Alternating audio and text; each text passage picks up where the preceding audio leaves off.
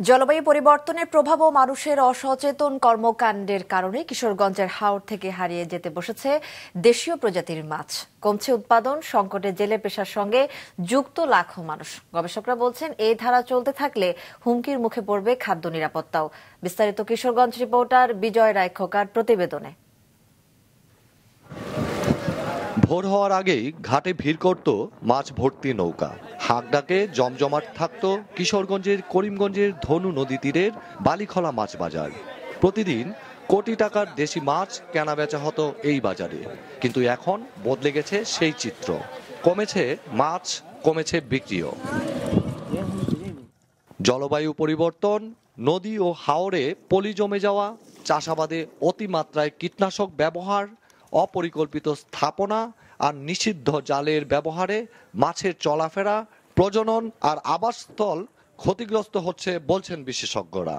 একসময় হাওরে 143 প্রজাতির দেশি মাছ পাওয়া গেলেও এখন টিকে আছে মাত্র 70 থেকে 75 প্রজাতির মাছ। জেলেরা মাছ ধরে তো মাছ খুব কম মারা পড়ে, এই কারণে মাছও এই বাজারে খুব কম আয়। কিছুদিন ধরে একবারে মাছ কম, এই মাছে আমরা পুষে না। মাছ ওর বগত পানির তো নাকি, এরপরে বালু ফরিয়া নদী জমি অনেক টান হয়েছে। এই সংকট শুধু বাজারেই নয়, হাওরের হাজারো জেলের জীবনেও এর প্রভাব পড়েছে। মাছ না পেয়ে চরম দুশ্চিন্তায় রয়েছেন।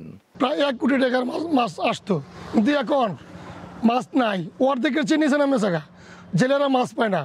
এই আপনার নৌকার তলাত করে কিছু মাছ আনে। গেল 1 দশকে কিশোরগঞ্জ সহ হাওর অঞ্চল থেকে মাছ আহরণ কমে গেছে প্রায় 4 লাখ মেট্রিক টন। এদিকে মাছের প্রজাতি বাঁচাতে সব ধরনের পদক্ষেপ নেওয়ার কথা জানিয়েছে স্থানীয় মৎস্য বিভাগ। হাওরের তলদেশে বালি জমে তলদেশ উঁচু হয়ে যাচ্ছে, যার ফলে মাছের প্রজনন ক্ষেত্র, বিচরণ ক্ষেত্র, লালন ক্ষেত্র সবগুলো কোনো কোনো ক্ষেত্রে ধ্বংস হয়ে যাচ্ছে। আমাদের অভিযান মোবাইল কোর্ট করার পরেও তাদের মতো করে এই নিষিদ্ধ জালগুলা ব্যবহার করে এদেরকে নির্মূল করার চেষ্টা করে মাছ আহরণ করে।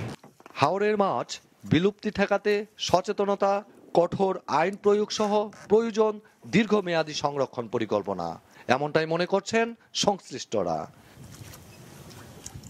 বিজয় রায় খোকা, মাছরাঙ্গা সংবাদ, কিশোরগঞ্জ।